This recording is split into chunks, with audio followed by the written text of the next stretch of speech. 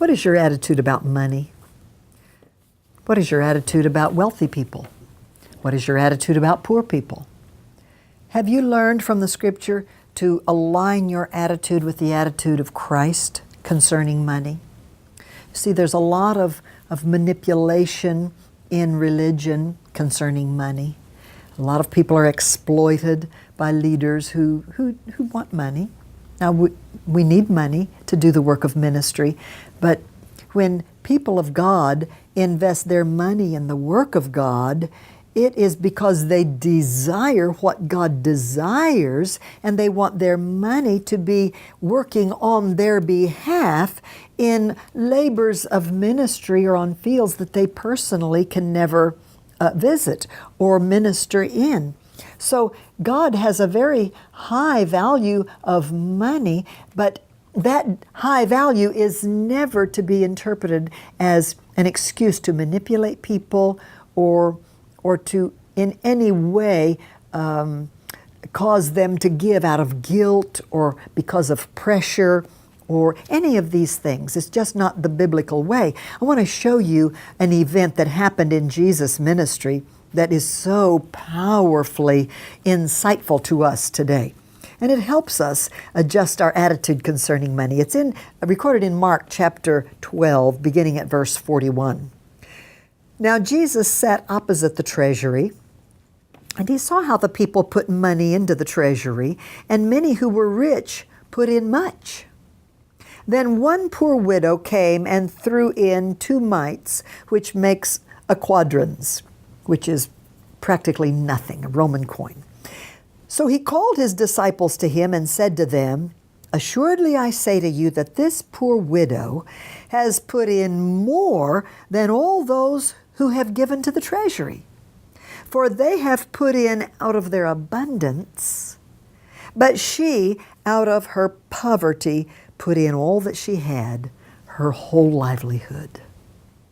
Now, I don't know how his disciples responded to those statements, but I can tell you that those words pricked my heart, and they caused me to be one of God's representatives that takes note of every tiny gift and sacrifice done by His people that's given out of love for the Lord. My friend, God's perspective of money is not based on the amount. It's not if you can give lots or you can't give but a little.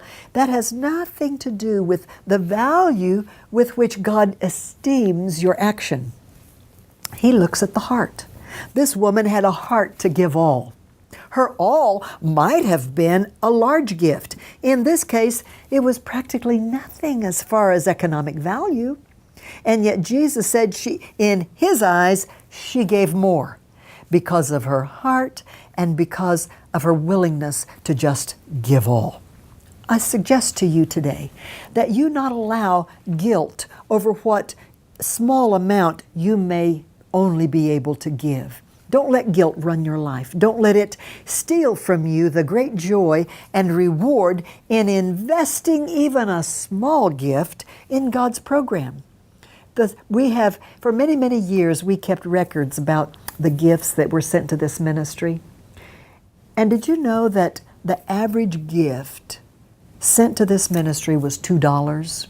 Now it's more, but in those economic times, $2 was still not much money. But because we encouraged people to be consistent, if a person could only give $2 a week, that at the end of the year was more than some wealthier person's one sum gift. So we have learned through the activities of ministry and allowing God to guide us that it's not the big gifts always that sustain the work of God. It's the consistency of ordinary people who are willing to just do something on a continual basis. I want to encourage you. Don't give out of guilt.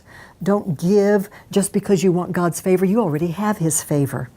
But give because you care about what God cares about, that you want to allow your life to be extended to others through ministry such as this, that is trustworthy, that sends everything to bless and minister the love of Christ to people who are so forgotten. But the important thing is that you remember that God's attitude is one that draws full attention to you when you give with the right heart. Just give Him your all. Be willing for Him to use anything about your life. You don't worry about holding back. Just trust Him. He'll take care of you. But I also encourage you, whatever you do it on a consistent basis. You may be able to send $10 a week, $5 a week, $100 a week, whatever you're able to do. If you will do it consistently, oh my, the rich harvest of souls that will be credited to you by the end of a year. You yourself will be so amazed, and you'll be rejoicing in the abundant harvest through your faithfulness, even if it's a small gift. Take on God's perspective and give with joy.